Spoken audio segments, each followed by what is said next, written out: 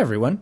So recently the Guitars Volume 1 has been released from MuseSounds, and I'd like to experiment with that a little bit. And in this section we'll just look at the classical guitar sound, which is our acoustic nylon. There are others, and I've already looked at the electric bass one in my big band bass video, so feel free to go check that out. There should be a link somewhere at the top. And it comes with all of these features, including what it says: true legatos and portamentos, staccatos and staccatissimos, falls, slides, doits, and mutes. So all very cool. So you heard it now. This was on a piece of classical guitar music by Aguado. In this piece, I was particularly looking just for the sound, the nice guitar sound that it has, and I will admit it is a very nice classical guitar sound. Not that I'm an expert on any of these things by any means. I am not a guitarist. I'm actually an orchestral and sometimes big band performer, so I'm also getting my head around the notation for the guitars. I'm already very impressed that we can have these linked staves where we can see tabs and more traditional Western notation. So I really like that you can have both of those, or just one at a time. It really is working for everyone, hopefully. As a comparison, let's just try this with the basic nylon string guitar. How does that sound any different?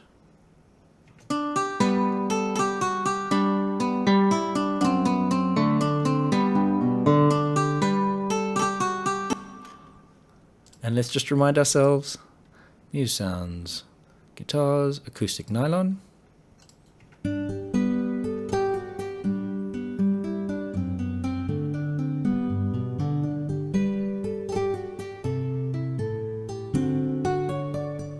Wow, chalk and cheese. Okay, so it really is a big step up from the old sounds. That is really wonderful. It gives a really good sound. Let's take off the reverb and just hear this in its sort of raw, natural state.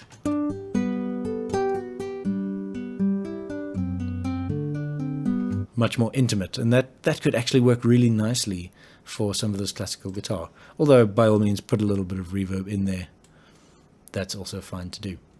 I am feeling a little like I want a bit more weight on these bottom notes. I know the melody is at the top, and so that's what needs to come out, but especially this, do we add dynamics? This one doesn't even have dynamics, so there's not that much that the music itself is giving us. Hopefully in the next version of Musical 4.3, we will have the ability to add dynamics to different voices. We can already do that, but it won't change the playback at all. So hopefully that will come, and that could help with these kind of things, definitely.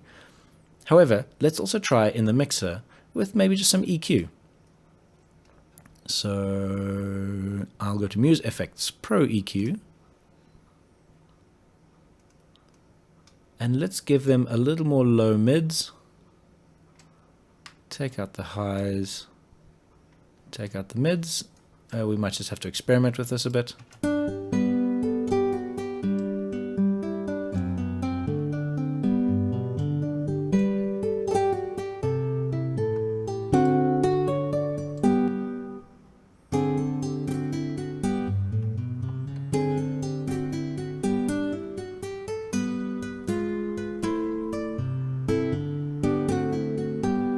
Why not? Use presets when you can and then adjust them as you want it. I thought the low mids needed a bit more, but clearly I was wrong. Maybe bring the lows up a little higher.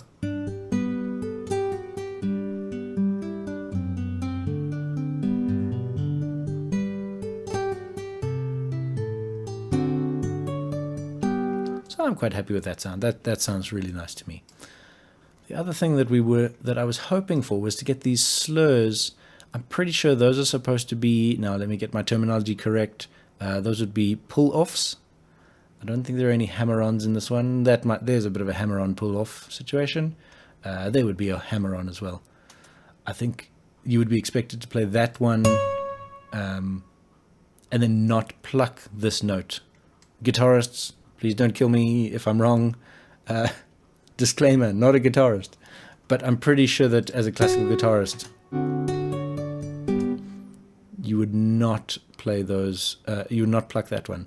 Perhaps I'm wrong, but I'm pretty sure you would definitely not pluck each one of those, and that's what we're hearing, right? I think I can hear a pluck on every one, and not just the left-hand fingers. So that would have been nice to have, but still a very nice sound. I have another one for us to check out. This is Malaguena. Let's put this into continuous view. And this one I was particularly looking at these strumming patterns, which can be very useful for beginner players to put in, and it would be nice to hear them, right? And then we've got some other some more low voice, high voice stuff, and then again some different strums and some dynamics. Okay, let's go have a look.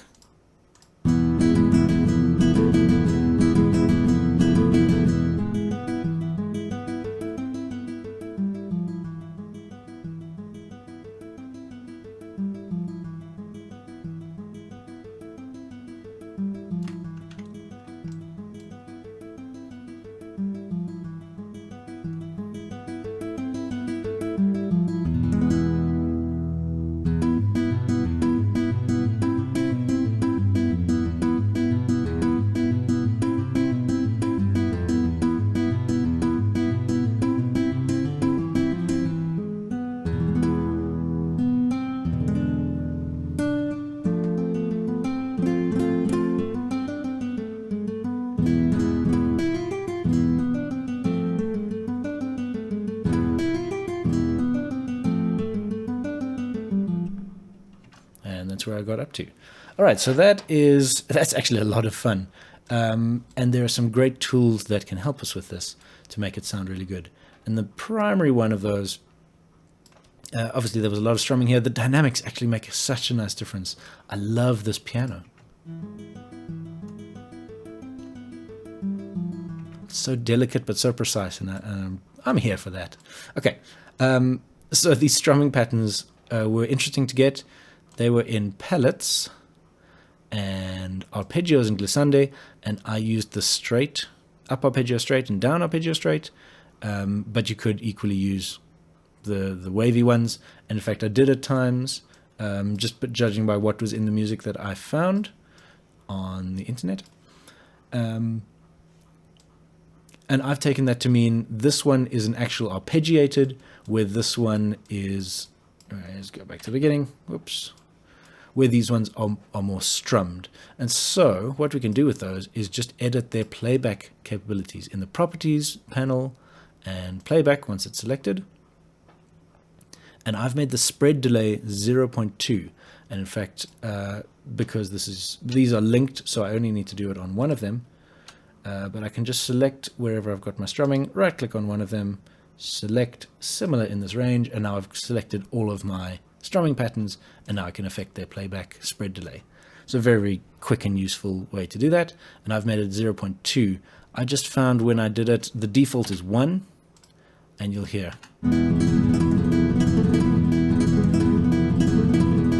And it's just a mess. So don't be fooled when you put these in and you think, oh, it's not sounding good. Don't worry, it's just that you need to change their properties. I found 0.2 was good. Don't use the roller because that goes to 0 to 0.5. So we need a bit more control. Just type in 0.2.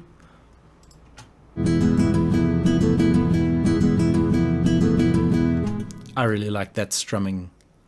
Just a slight bit of separation between the notes worked really nicely for me.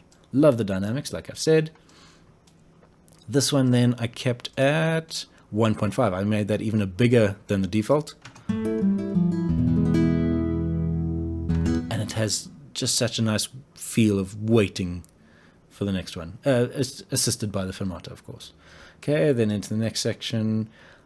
I'm not sure what these red markings here are for. I presume it's saying that you can only play that on one string, and so why would you have it on both of them? I think that's it. But any guitarists who would like to tell me what the red tab marking means, please enlighten me. Then these quicker ones over here, I think I also changed them. Those ones I made 0.5, just because, again, at 1 they were going a bit too slow.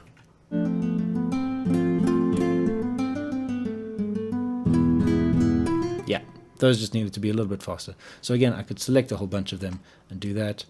This one, because it's only a few notes, can have 1, and doesn't get affected too badly. Right, so that's just because it's the simple triad instead of the full chord across the guitar. Doesn't need to have as much of a change in delay.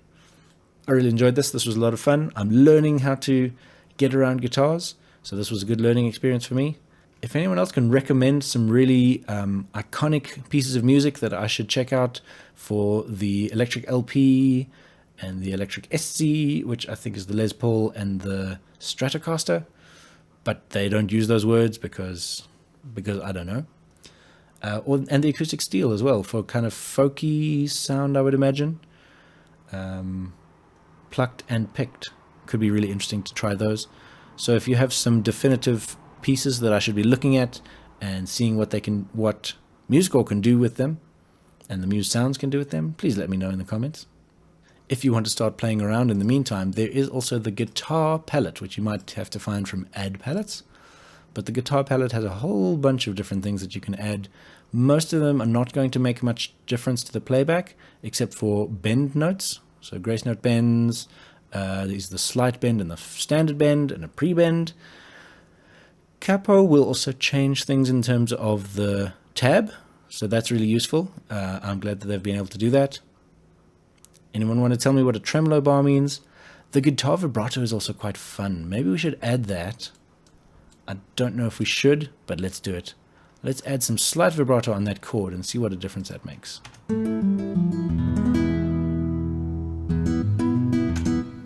I was not hearing any difference. That is unfortunate. Let's try the wide vibrato.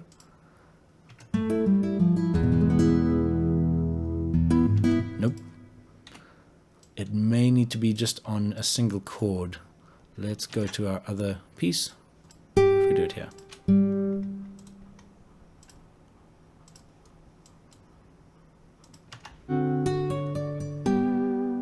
Yeah, there we go. There's the vibrato. It's perhaps a little much, and it starts immediately. What if we used the... Quite a wide vibrato. Look, I can imagine it would be very useful in some settings.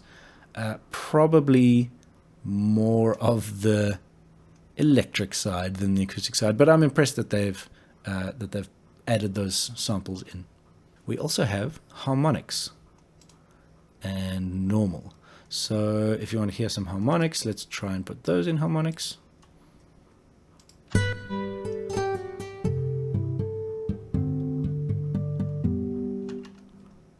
Quite a nice sound, and I'm sure there are people who want to play around with that.